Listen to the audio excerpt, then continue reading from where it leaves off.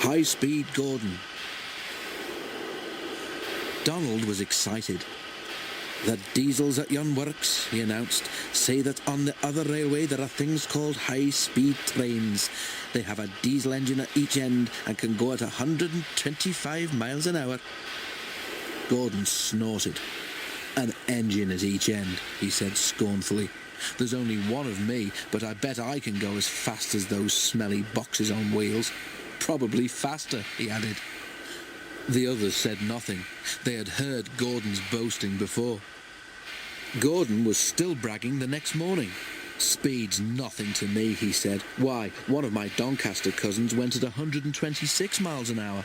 I'll show these diesels a thing or two. Just you wait and see." He puffed grandly towards the station. Gordon normally pulled the express, though Henry, James or Bear helped if Gordon was ill or away. Many visitors came to see the Fat Controller's railway. They often used the express, so it was usually full and heavy. There had been frost during the night, and now the weather was wet and sleety. Sleet settled on the rails, making an icy film across their surface. The carriages of the express stood under the cover of the station roof, but when Gordon was coupled to them, his cabin front end had to stand outside. He grew colder and colder as he waited for the guard to blow his whistle and wave his green flag.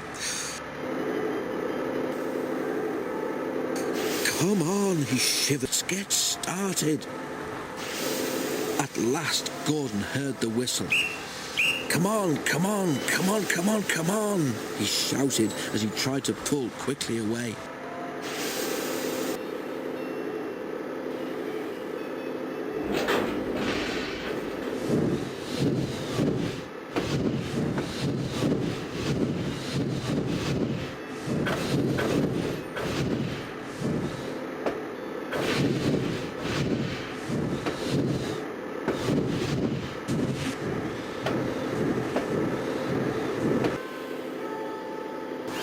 But his wheels slipped on the icy rails.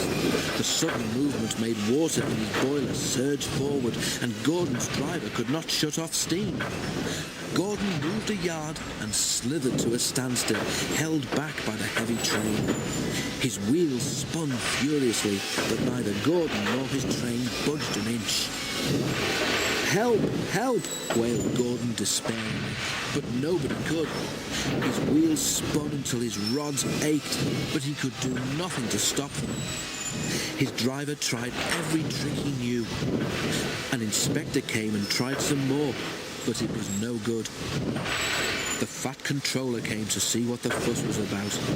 He said several things to Gordon, but Gordon was making so much noise that he couldn't hear them. Sparks showered from the rails, but Gordon's wheels went on spinning. It was a quarter of an hour before Gordon had used up all his steam. Reduced pressure allowed the driver to close the regulator, and with a deep sigh of relief, Gordon felt his wheels stop turning. The silence was amazing.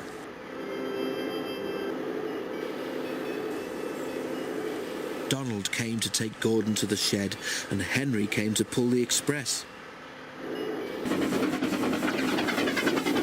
When the train had gone, Gordon had to replace the rails where Gordon had been standing because the spinning wheels were running deep grooves in them.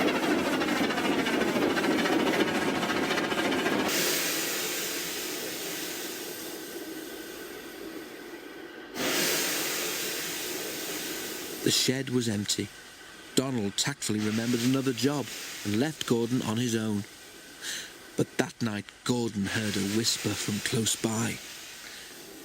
"Did you hear?" it hissed. "How Gordon went for a spin today?" There was a quiet chuckle. Gordon seethed in silence. "High-speed engines are all very well," the whisper went on, "but Gordon ought to know by now that he's supposed to move his train too." Gordon snorted disgustedly, and with a gasp, the whisperer subsided into silence.